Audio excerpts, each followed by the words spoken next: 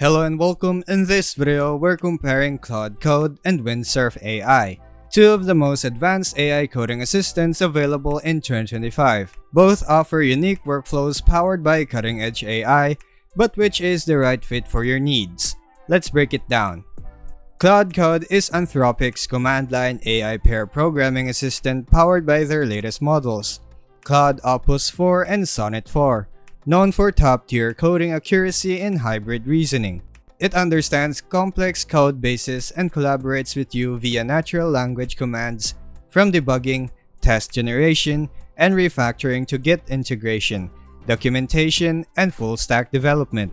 Real-world users report that it can reduce typical development tasks from 45+ minutes to mere minutes. Pros include deep context awareness, autonomous editing, and seamless terminal workflow automation. The cons are its high subscription cost, steep learning curve, and occasional inconsistency in output reliability.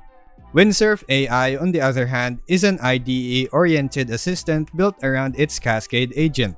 It features UI integration with intelligent task automation, context-aware tab completions, multi-file editing, live development, and powerful linting and debugging tools. Its hybrid architecture supports many dev environments via language server protocol, making it easy to plug into VS Code or JetBrains.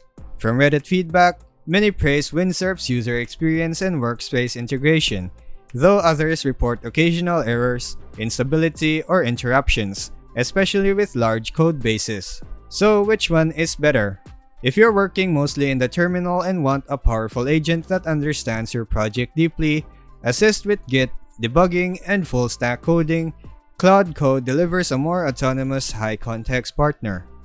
If you're focused on UI-driven workflows, fast project prototyping, live editing, and cross-IDE support, Windsurf AI offers a smoother, more integrated experience, though sometimes at the cost of glitchy performance in large projects.